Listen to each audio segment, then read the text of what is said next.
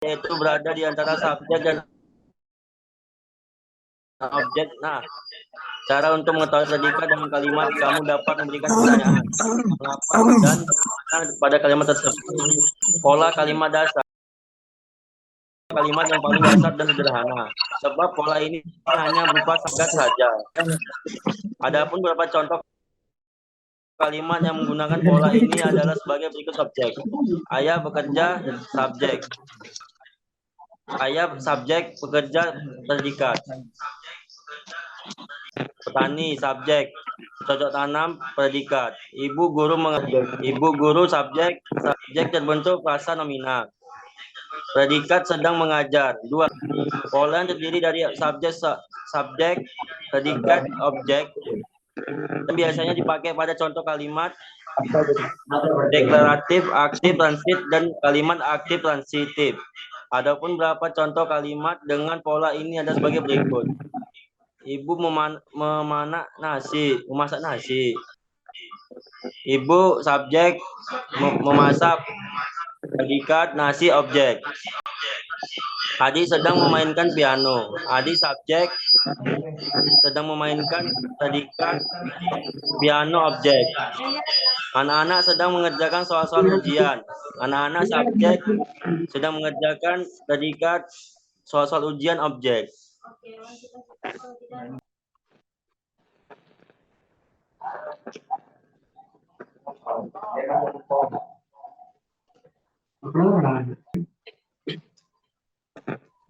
Hidup dinamiknya.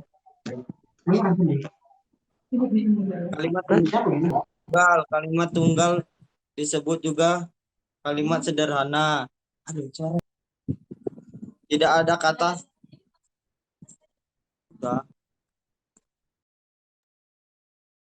kalimat tunggal. Kalimat tunggal disebut juga kalimat sederhana. Kata penghubung konjungsi dalam kalimat tunggal. Kalimat sederhana atau kalimat tunggal adalah kalimat yang hanya terdiri dari satu klausa atau satu kerangka. Sederhananya, kalimat tunggal terdiri dari satu klausa, satu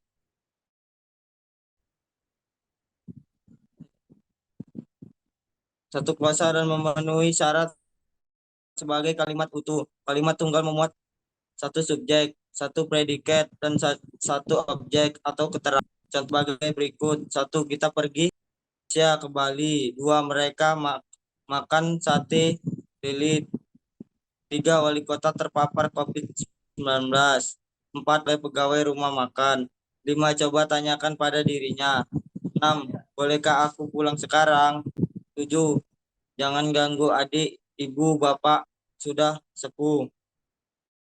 Kalimat majemuk, sebagian besar majemuk ditandai dengan kata penghubung atau disebut lebih dari satu klausa dan kalimat dasar. Menurut Denny Sugono dalam Indonesia Analisis Fungsi Sintaktik 2019, kalimat majemuk diartikan kalimat dasar. Kalimat majemuk dibagi menjadi 3, yaitu majemuk, predikat, campur. Berikut penjelasan kalimat majemuk setara disebut juga kalimat majemuk koordinatif. Struktur kalimat di dalamnya terdapat paling sedikit 2 kalimat dasar dan masing-masing dapat terdiri sendiri sebagai kalimat tunggal. Contoh sebagai berikut. 1. Ibu memasak rendang. Aku sangat senang. 2. Gina menerima telepon, mencatat pesan, kemudian pada petugas di gudang. 1. Pernyataan kalimat merupakan yang berfungsi untuk menyatakan suatu hal. Gina menerima telepon, mencatat pesan, kemudian melaporkan pada petugas di gudang. Baik, selanjutnya akan saya lanjutkan ke jenis kalimat menurut fungsinya. Pernyataan kalimat merupakan kalimat yang berfungsi untuk menyatakan suatu hal, biasanya berupa informasi atau fakta yang disampaikan ke khalayak luas tanpa berharap tanggapan atau balasan dari pihak khalayak. Kalimat ini juga biasa disebut sebagai kalimat deklaratif. Adapun ciri khas dari paragraf ini adalah sebagai berikut.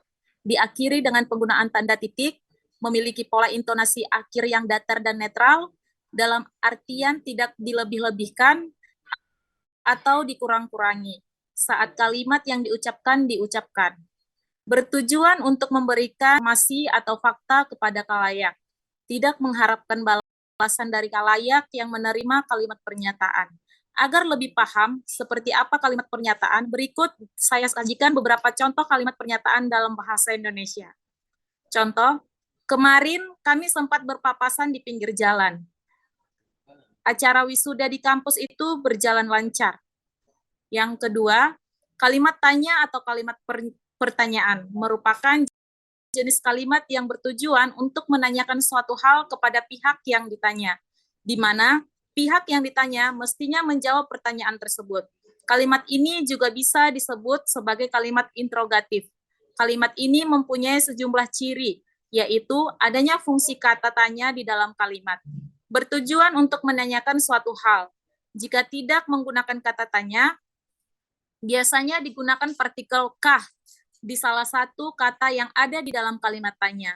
Biasanya kata yang diberi partikel kah adalah kata pertama dari matanya, diakhiri dengan contoh penggunaan tanda tanya. Pola intonasinya kadang naik, kadang turun. Contoh kalimat tanya atau kalimat pertanyaan adalah sebagai berikut. Yang pertama, apakah kau sudah sarapan pagi tadi? Contoh yang kedua, mengapa mukamu cemburu terus?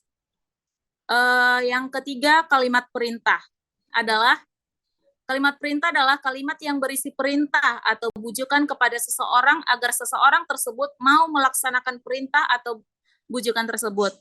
Kalimat ini biasanya juga disebut dengan kalimat imperatif. Adapun ciri-cirinya adalah sebagai berikut. Yang pertama, menggunakan kata seruan seperti ayo, jangan, dan sejenisnya. Menggunakan partikel lah atau kan. Diakhiri dengan contoh penggunaan tanda seru. Mempunyai pola intonasi yang tinggi saat diucapkan.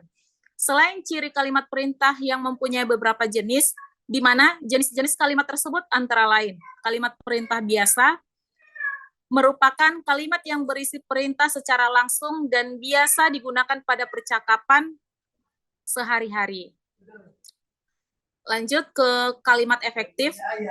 Kalimat efektif adalah kalimat yang disusun berdasarkan kaidah-kaidah yang berlaku seperti penting yang harus dimiliki setiap kalimat, memperhatikan ejaan yang disempurnakan, serta cara memilih kata yang tepat dalam kalimat. Contoh kalimat efektif. Sejak pagi dia baru menulis namanya. Penggunaan kata sejak dan dari merupakan kata yang memiliki makna yang sama atau sinonim. Sehingga dalam sebuah kalimat efektif hanya perlu menggunakan tidak efektif satunya. Oke, sekian dan terima kasih dari hasil presentasi kami. Saya serahkan kembali kepada Ibu.